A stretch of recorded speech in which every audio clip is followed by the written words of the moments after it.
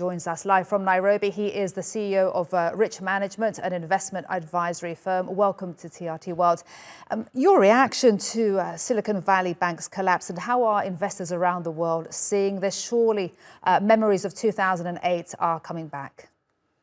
So just to give you an idea of scale, this was the 16th biggest US banking institution before its collapse, the size of about Barclays Bank. And really what has astonished people is the velocity and the speed of the collapse. And this speaks to its digital banking franchise and the fact that money can be moved much more quickly than, the old days when you'd line up and ask to get take your money out of the bank.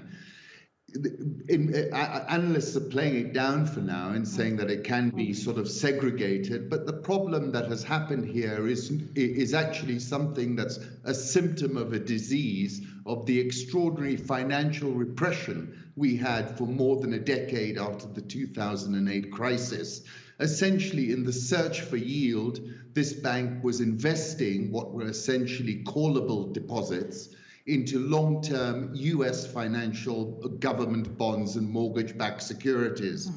Those securities have fallen in value, and this was hidden from investors because they were bucketed in the hold-to-maturity criteria. And the moment they had to shore up their balance sheet, they had to move these, and investors started to see the degree of impairment in the bank's balance sheet. And the question is, how big is that degree across the banking sector?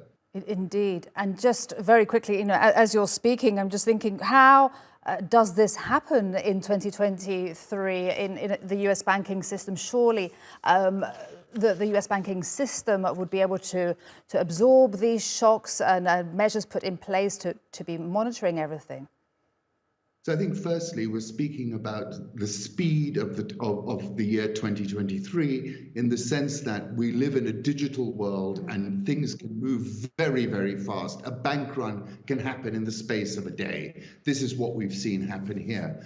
The challenge for the US is going to be, if this is a systemic problem, which I think it could be, because I think a lot of these banks have become very careless about managing interest rate risk exposure because of the fantasy land type monetary policies a lot of the Western banks were following. And therefore, the challenge for the central bank in the US is going to be, do they cut rates in a very high inflation environment? If they do that, the dollar will come under enormous pressure.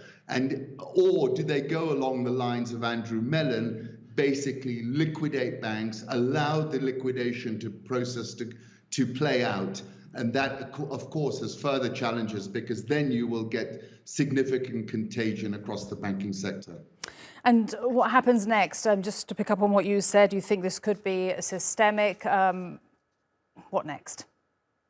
Well, I think it's going to be a very interesting next few weeks. I think a lot depends on how Jay Powell reacts to this. I think they've got to stand firm and they've got to allow that contagion to move through the system without reacting to it in the way they've reacted to it for the last 15 years, which is print more money and reduce interest rates. They're in a jam, and part of that jam is created by the war in Ukraine, which has kept inflation rates very, very high. And if you start cutting rates to defend your banking system, you will lose credibility in your fight against inflation and in your fight to maintain the value of the dollar in a world where the pressure on the dollar is growing because of the new multipolarity that we're seeing unfold all over the world. Aly Khan Satchu, speaking to us from Nairobi, CEO of Rich Management. Thank you so much for your time and your analysis today.